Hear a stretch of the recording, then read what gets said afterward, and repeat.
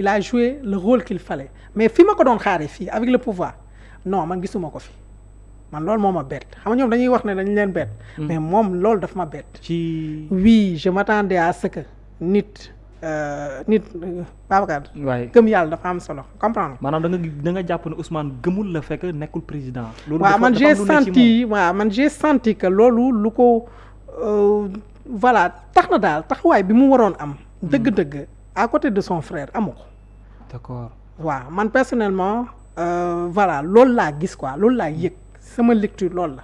moo tax maam fitu jàppane non man je suis pas en face avec ça donc damay jàppale le président et je prie peut-être que il peut se ressaisir aussi et que voilà à un moment donné mu ñëw mu xam ne bu waree doon président kenn mënu ko fexe. teree doon mais nag yàlla kii la fi teg aussi il faut que mu am ndam parce que ndamam mooy ndamu sénégalais yi parce que il faut que ñu comprendre aussi un président de la république aussi da ngay def tout pour mu mën a am ndam pour que suñuy dund daal mu changer loolu mooy dëgg gi politique pour loolu la pour changer la vie le vécu des Sénégalais. Loolu moom c'est vrai aussi mais dans le cadre politique la coalition Diomaye le nouveau parti politique du nekk benn équation ci yéen pour sortir un tout petit peu de c'est-à-dire l'ordinaire fësal loo xamante ni lu yees lay ne d'autant plus la coalition était déjà là est-ce que du ngeen semer un tout petit peu benn brouille diggante coalition bi ak parti bi ngeen fas yéene jëmal.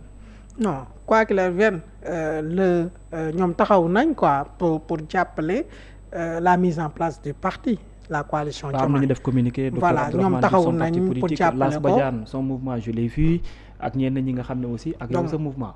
waaw sa mouvement waaw. donc il faut nga comprendre que c'est une unité d'action je reviens sur ça. fi ñu jëm nii unité la dañuy yaatal sénégalais yëpp dañ koy wax fii dañuy yaatal bu baax ku bëgg na ñëw. ku bëgg te mu gëm réew mi bëgg réew mi. parce que nag affaire de réew mi la bëgg réew mi gëm réew mi Macky Sall ça dépendra de ses. Abdou Mbow nee na li ngeen nekk nii yëpp wàllum reniement la ak ay affaire gor tànku jàmbur surtout seen maire yi ngeen nekk di récupérer. non li reniement amu fi non Abdou Mbow moom aussi day def politique donc reniement amu fi à un moment donné le président moom mu ne day teg parti ay maire yor ay gox ne ñoom dañu bëgg bokk mais loolu président lu mu ci mën. mais tamit ginnaaw bi ngeen def président Macky Sall dafa métti. mu nga bitim réew di campagne pour leneen ngeen jaar ci ginnaaw di yokkal ci ay nitam di yóbbu loolu tamit daa métti de. ñun defuñu dara de dañoo wax ne dañuy créer parti. loolu la woote ndajeem boo xam ne acte 4 ngeen di waxtaanee. ci guddi ga xam nga ngeen di waxtaanee politique. dama ne ñooñu ay magam jëmm lañ li leen intéressé mooy seen goxaat mu dox. waay donc bu ñu gisee ne lëkkaloo avec le président dina yokk leen ñoom ci seen bilan. waaw donc ils ont le droit. d'accord. alors ñu dem ci beneen point bu mujj bi ñu fas yéene waxtaanee mu concerné révision de la constitution sénégalaise. Déjà les avant-projets du président de la République bi mu jox le conseil constitutionnel ba mu delloo ko avis. l'Assemblée nationale jël ko def ko ay proposition de loi diggante boobu noonu lan moo ci sa gis-gis en tant que quelqu'un boo xam ne vous êtes en interne ci biir vous êtes à l'intérieur même de l'exercice. bon xam nga le président aussi droit am rek la def saisine du conseil constitutionnel. Ouais. quand il existe un risque pas un risque un doute sérieux en fait je veux dire. Ouais. Par rapport à la procédure d'adoption de la loi constitutionnelle. donc moom li ko yoon may la def. gis na ne il y a des aspects de non conformité bul fàtte qualité laa yor. donc la conformité elle est importante. c'est-à-dire dafa jàpp ne y a un doute sur la la probabilité de non conformité par rapport à la procédure. parce qu'elle est importante. moom nag mu def li ko yoon may pour laaj conseil constitutionnel et que est-ce que lii niñ ko yoon biñ ko jaaree. jaar na yoon et aussi il faut pas continue bi baax na wala baaxul. voilà il faut ñu cette question là elle est extrêmement importante. Il faut pas que les acteurs politiques selon leur position ñu dénaturer un peu cet exercice. Parce que ça va permettre un peu le conseil constitutionnel ñu xoolaat l'étendue un peu de ces avant-projets. waaw de ces décisions en tout cas. D'accord. Parce que là on parle d'une modification d'une loi constitutionnelle. Effectivement. Donc à un moment donné le président il est le garant de la constitution. Donc à un moment donné s'il y a une probabilité qu'il existe des vices de procédure mais moom loolu daf ko war a leeral loolu moo motiver à ce que ñu démarre un peu laaj conseil constitutionnel est-ce que les procédures ont été bien respectées. Alors mais bon bien avant loolu dafa am lu ko jiitu mooy avant projet bi continue bi un président qui confirme vouloir être au-dessus de la mêlée mais un président qui confirme également aussi vouloir partager ses pouvoirs un président qui est également dans la logique de vouloir renforcer son premier ministre loolu mooy indi avant projet lu ci bari ñu waxtaanee ko ba sumb ko teg mais après avec les amendements ñu bari ne président dafa bëgg a deltu ginnaaw ci la mu waxoon. xam nga déjà bu ñu ñëwee si suñu programme on n'a jamais parlé de premier ministre ñun suñu programme c'est président et vice-président le programme qui a élu le président Bassirou Diomaye Diakhar Faye et ça c'est on parle d'élection donc ça va être au suffrage universel donc ça peut pas être dans ce monde-là. Oui. Donc il faut que ñu comprendre que loolu maintenant moi j'ai vu dans cette approche-là voilà dafa mel ni la majorité.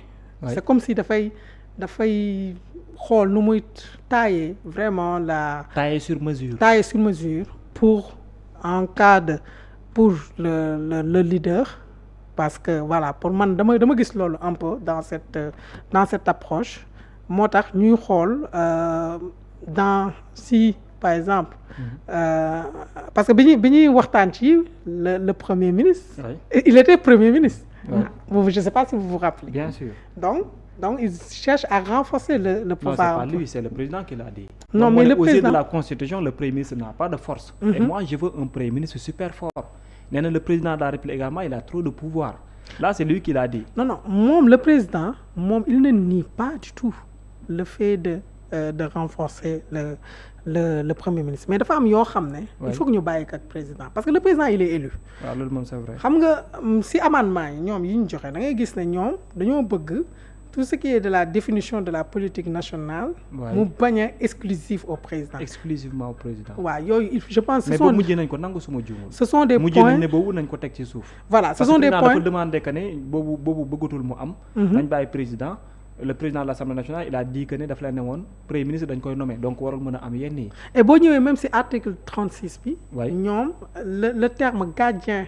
de la constitution. bon tamit dañ ko moo tax muy leen ca dëgg-dëgg nag mënoon ngeen ko parce que Abdoulaye Mbaye Pekh ak ñeneen ñi noonu lañ ko yàgg a waxee. waaw donc xam nga léegi nag ñoom li ñu def mooy. waaw indi ay jiix jaax ci xelu Sénégalais naan président buy génn bëggul def déclaration de sortie alors que le président bañu ko. fii laa ko waxee Sénégalais bu mu nekk moom donc na doon ñëpp.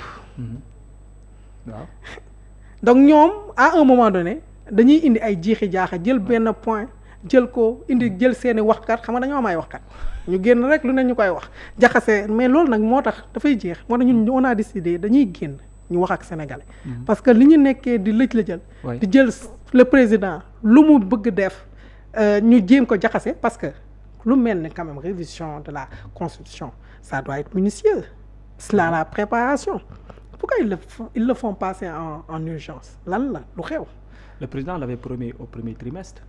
mais à un moment donné xam nga comprendre nañ ne déjà ce projet cet avant-projet mais ce sont les conclusions des assises. oui dialogue bi. le président njëkk na jàllale. pour avis donc mu ngi suivre son cours donc ñoom pourquoi derrière ñu gaawantu changer yokk ci yenn amendement yi c'était quoi l'objectif aussi. parce que dañoo jàpp ne président dafa bëgg a deltu ginnaaw ci yenn yi. non président moom.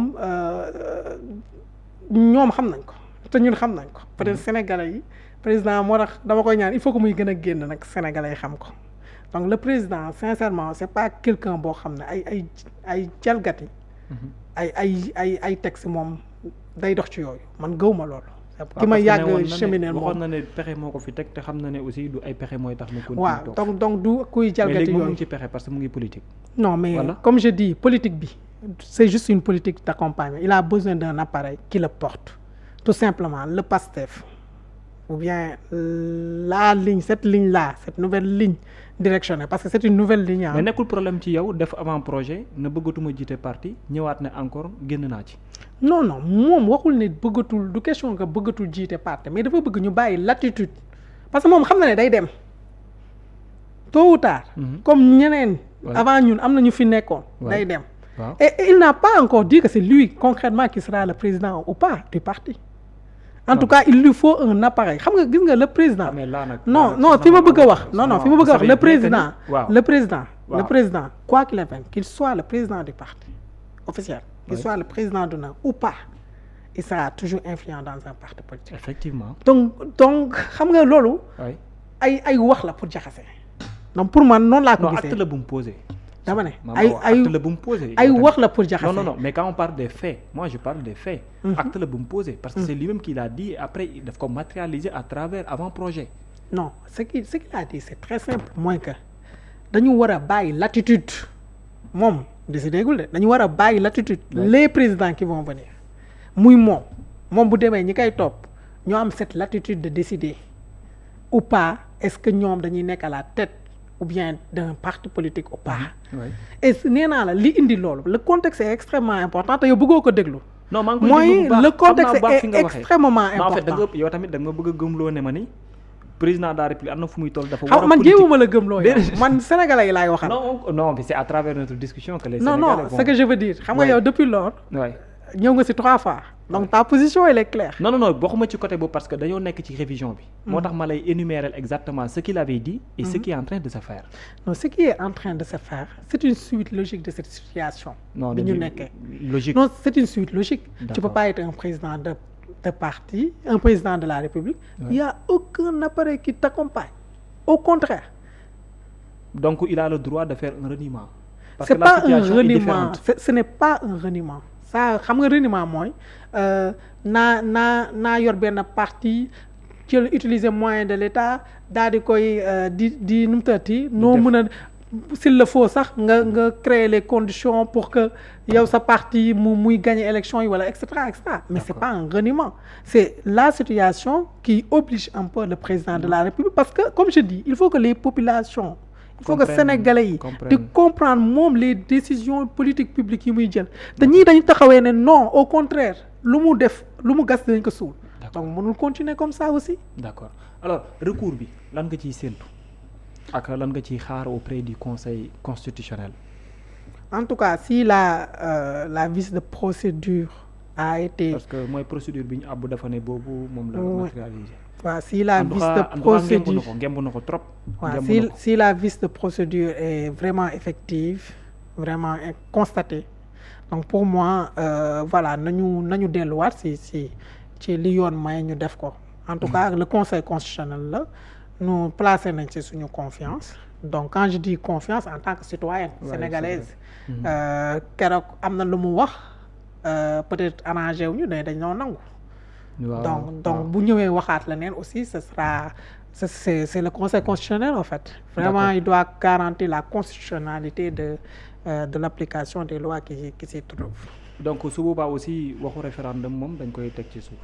xam nga affaire de référendum bi boo xoolee un peu loolu lañ njëkkoon bëgg a def avant que les questions d'amendement et de voter la loi à travers des am et comme je dis parce que boo seetloo lu mel ni société civile ak d'autres partis génne nañu wax te lu mel ni constitution quand même vraiment di loi fondamentale qui garantit l'équilibre des pouvoirs xam ne mooy cëslaay état de droit bi ñu nekk donc à un moment donné buñ koy modifier di laal plus ou moins même au squelette. yenn article yi. oui population bi daal di si àddu pour man mooy gën. waaw mais légitimité tam am na. légitimité électorale parfois dafay dem ci changement parce que loolu nga diggee. waaw mais xam nga le président aussi am na lu ko pouvoir yuñ ko may aussi nañ ko may aussi la latitude d'user des pouvoirs yi nga xam ne comment dirais-je constitution bi may nañ ko pour le moment aussi faut pas qu'on nous verse dans un régime parlementaire absolu. donc il faut pas que ñu verser ñun c'est ça. dañu maintenir daal régime présidentiel bi. équilibre des pouvoirs nañ ko assurer avec xam nga 2 choses moo am. premier bi mooy quand les textes sont là les hommes qui gouvernent ces institutions ñoo ànd ak seen responsabilité. pour man loolu la. on encadre avec de bons textes très bien vérifiés. quand il le faut mais la responsabilité de ce qui l'incarne et qu'ils comprennent comme je dis. moi boo seetloo je te dis dañuy ñëw dem jàll. man loolu mooy sama gëm-gëm ci àdduna moo tax lépp looy def dañu dénk donc nañu def nu mu gën a baaxee suñu demee ñeneen ñi ñëw aussi ñu les hommes passent, parce les que nous institutions passons demeurent. quoi et Les nous travaillons institutions- pour les générations qui doivent Les venir. institutions demeurent. Alors, dernière question, ça concerne l'Assemblée nationale. Le président, avec son bureau, Sokhna Marie-Rose, 9 ou bien 10 presque anciens ministres ak ay secrétaires d'État parmi ses conseillers spéciaux. Ça vous dit quoi? Bon, j'espère que Configuration c'est pas une excuse pour c'est pas un cas de consolation suite au limogeage de mes frères et sœurs ak sama nijaay hein. Consolation nga koy duppee. Ouais, j'espère que c'est vraiment pas le cas. Maintenant, le président de l'Assemblée, s'il a les prérogatives, mais bu mu doon moyen de consolation et aussi voilà, que ça ne coûte pas trop parce qu'un conseiller, c'est 1,5 million, 1,8 million, donc presque 200 millions encore ñu pour renforcer une base politique ou bien sa équipe Base politique. politique nga ko duppee. Oui, parce que C'est pas bon, pour le fonctionnement de l'institution. bon, il a la prérogative, mais Ouais. espérons juste que voilà, techniquement c'est par rapport à leur appui, mais pas en guise de consolation. Ndax defoo ko donc une personne qui s'arme pour faire face à quelqu'un wala ndax da nga jàpp ne lu légitime la lu légal la lu normal la qu'une institution ki ko jiite mën a am également aussi son propre cabinet Terme comme bi ça. nga wax neex na ma qui s'arme, donc c'est bien. Pour yow donc- loolu la. Donc ça veut dire que il est conscient de Non, ce c'est qui une est en question. train de se Soxna passer. Awa, soxna Si, Awa, si, si. damay questionner. Il est conscient de ce qui est en train de se passer. Ouais. Que ku demoon ba presque ñu bëri dañ la doon sóor balaa ñoo wax léegi y a une nouvelle dynamique donc il est conscient qu'il y a une nouvelle dynamique qui voilà qui va redessiner et reconfigurer cet espace politique donc c'est bien. Du nekk crainte ci yéen qu'aujourd'hui Non, Assemblée xanaa nationale gisoo dem- ma nous sommes très enthousiastes. je parle de C'est-à-dire- l'Assemblée nationale dem ba construire benn appareil wala benn laboratoire boo xamante ni dans le sens du contrôle vous êtes averti donc désormais.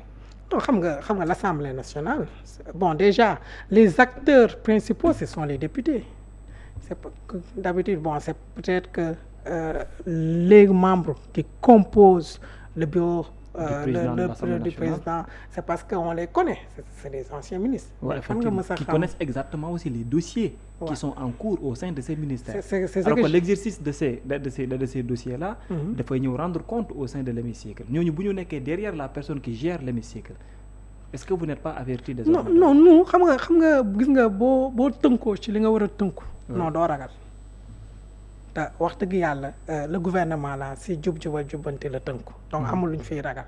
et ils doivent jouer leur rôle l'Assemblée contrôler l'action du gouvernement loolu waruñu ko bañ. c'est-à-dire comme je te dis rek tout le temps c'est une question de principe. Dëgg la. ku nekk sa pouvoir da nga koy exercer. Loolu maintenant mat sëkk. warul créer déséquilibre.